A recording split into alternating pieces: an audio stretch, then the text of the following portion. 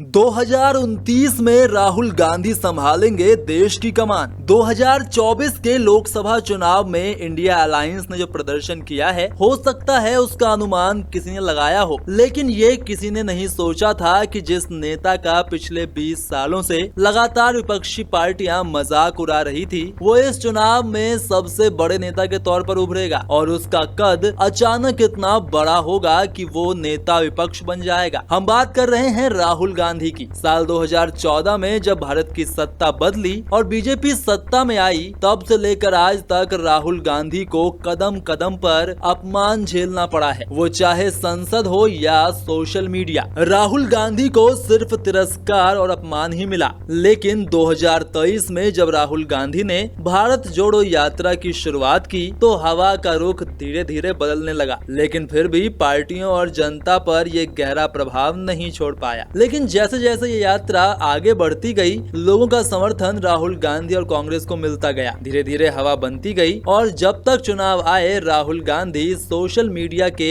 सबसे बड़े स्टार बन चुके थे। हालांकि अब भी किसी को बदलाव की कोई उम्मीद नहीं थी, लोग सिर्फ सुगबुगाहट कर रहे थे। लेकिन जब 4 जून को नतीजे आए तो वो हुआ जिसकी किसी ने उम्मीद नहीं की थी। 10 साल से सत्ता में बैठी बीजेपी जीत के आंकड़ों को छू नहीं पाई और महज 240 सीटें ही उनके खाते में आई। बीजेपी को कुछ दूसरी क्षेत्रीय पार्टियों का समर्थन है और उन लोगों ने बीजेपी को अपना समर्थन दिया और बीजेपी सरकार बनाने में कामयाब हुई। लेकिन पानी बह चुका था। अब बीजेपी के पास वो शक्ति नहीं थी जो पिछले 10 सालों में थी। अब उन्हें दूसरी पार्टियों का समर्थन है। अब जो भी करना होगा पूछ कर ही करना होगा, वरना सरकार कभी भी गिर सकती है। बीजेपी के लिए सबसे बड़ी चुनौती पलटू राम के नाम से मशहूर बिहार के मुख्यमंत्री नीतीश कुमार हैं, जो कभी भी पलटी मार सकते हैं। ऐसे में अब संसद में राहुल गांधी, सपा सुप्रीमो अखिलेश यादव और दूसरे एमपीज के साथ बीजेपी पर लगातार हमलावर हैं और रोज उन्हें घेरने की नई रणनीति बना रहे हैं। लेकिन इन सब बातों में एक बात वो है जिसे कोई नकार नहीं सकता, और वो है राहुल का उदय। राहुल अब एक मैच्योर पॉलिटिशियन की छवि में दिखाई देते हैं, विषय की समझ रखते हैं, तालमेल से बोलते हैं और सबसे बड़ी बात ये है कि वो देश के युवा को टारगेट कर रहे हैं और युवा भी उन्हें पसंद कर रहे हैं। अगर राहुल इसी तरह चलते रहे तो ये कहना गलत नहीं होगा कि अगली बार राहुल देश के सबसे बड़े नेता के तौर पर उभर कर आएंगे। राजनीति से जुड़े ऐसे ही जानकारियों के लिए पॉलिटिकल लैंड को फॉलो करें।